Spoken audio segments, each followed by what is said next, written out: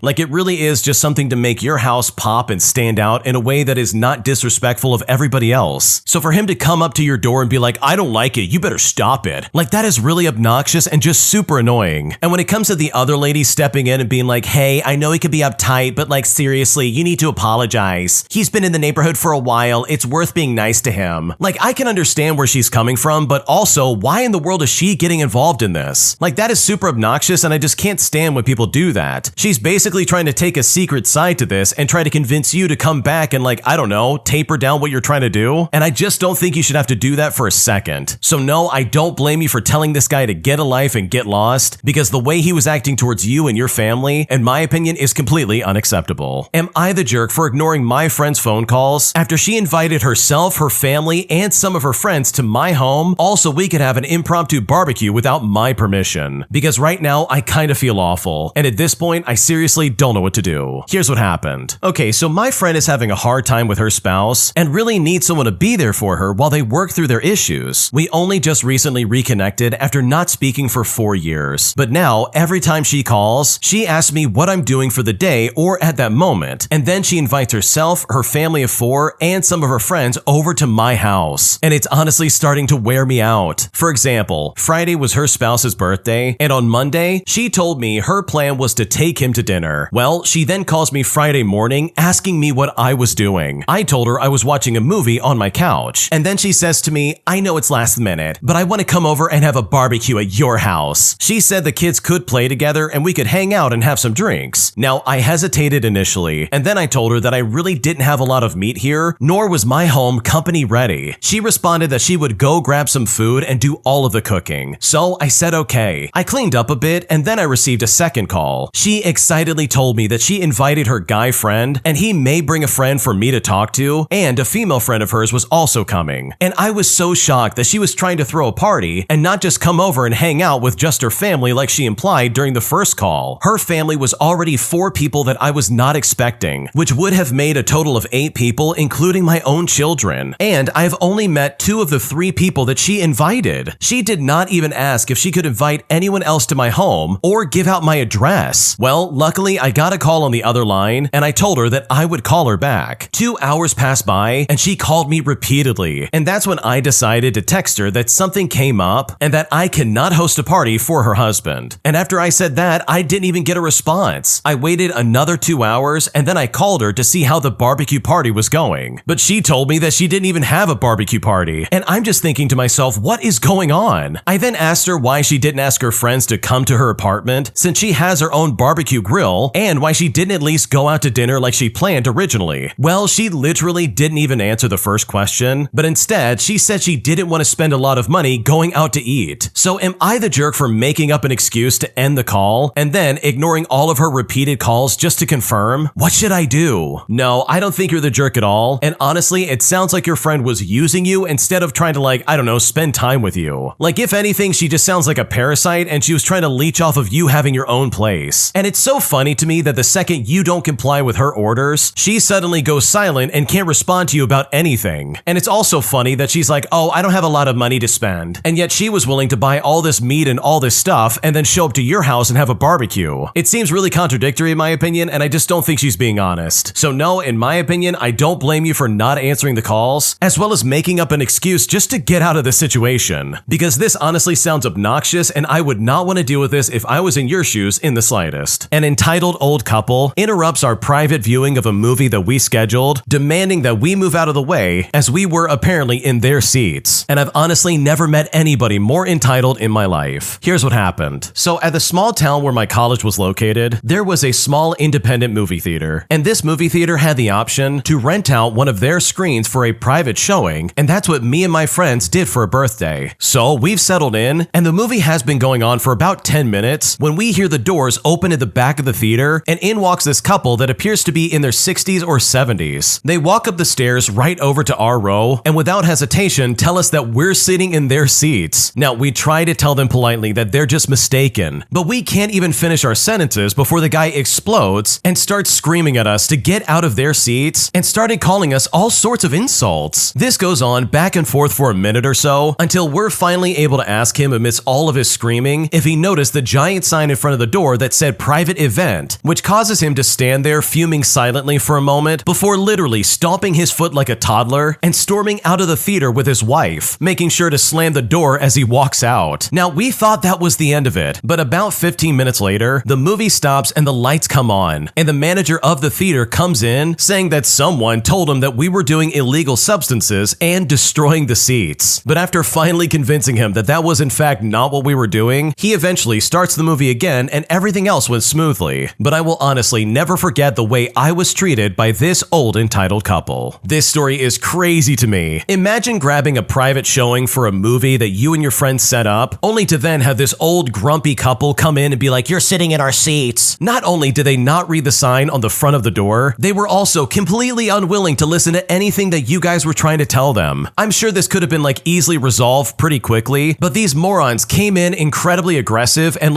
ready for a fight for no good reason. And then the icing on the cake when they're finally proven wrong is that they lie and they're like, "Oh yeah, they're doing illegal substances in there and they're destroying the seats, go get them." There's no reason to act like that. Just get up and go to the other theater and watch the movie you're here to see. So truly, that is some absolutely horrible behavior because the original poster and their friends definitely did not deserve that. My entitled old neighbor is constantly stealing my mail and taking my packages, claiming that he's just trying to help me out anytime he sees it on my front porch, while also refusing to admit that he stole anything from me. But after finally catching him on camera in the act, after I told him to stay away from me, I finally have solid evidence proving that he's been stealing my packages, forcing me to call the police. Here's what happened. So I'm a single female living in an apartment complex, and it's just me and my dog. My neighbor across the hall is a creepy old grumpy man that I've never liked since the day he moved in. He keeps junk outside of his door, doesn't control the people that come over to his house, he throws food and trash into the common areas, and once even tried swinging at my dog with his cane. He's always made me feel extremely uncomfortable around him since day one. I have complained and complained to management, but they do nothing about him. He plays dumb when confronted and then goes back to doing whatever it was. About a year ago, he started taking my packages. I would come home to no package and have to wait for him to appear to get my stuff. Constantly, I told him to leave my packages alone, and he always says that he's just trying to help me out. Now, it's important to note that I have never had a package stolen in this building ever. I have had them delivered to the wrong address, but never stolen, and this went back and forth for a full year. He would even take them when I was home, and I literally opened my door one day to collect my package, only to then see him nearly bolting out of his apartment to get it. When he saw me, he would just say, "Oh, you're home," and then go back inside. Eventually, I had enough and I decided to buy a camera, and the camera seemed to keep him away as he doesn't like it. Last week, I was expecting a book to be delivered. The mailman drops it off, waves to the camera, and then leaves. But then this guy opens his door, he stares at my package for several minutes before trying to take it into his apartment. I then got on the intercom and I yelled at him to put my stuff down, which thankfully he decides to drop it. Well, no more than 10 minutes later, he comes back out and takes the package again. But at this point, I decided that I had definitely had enough, because that's when I decided to get off work early, come home straight away, and call the police. The officer who came out watched the video I recorded and went over to talk to my neighbor, and it was the same excuse as always, him claiming that he was just trying to be helpful. But here's the thing, I never asked him to start taking my packages. The officer then gave him a warning, saying that if he took anything else from my door, I could press charges against him and he would be arrested. Well, this guy was super pissed off. My camera also records audio, and I could hear him complaining to his niece that I didn't need to call the cops, and again that he was just looking out for me. And you know what? I would feel safer with a tiger following me in the woods than dealing with this guy as one of my neighbors. Yeah, this guy was clearly stealing your mail, and there's just no good excuse for that. Him being like, "Oh, I'm just trying to help out, I'm just trying to look out for you." It's like, no buddy, you're over here trying to steal her mail, which by the way, that's a federal crime. You can't just do that. That seriously is so messed up. If you're not aware, or if you're not from the United States of America, if you steal somebody's mail and take it from them without their permission, that is a serious crime.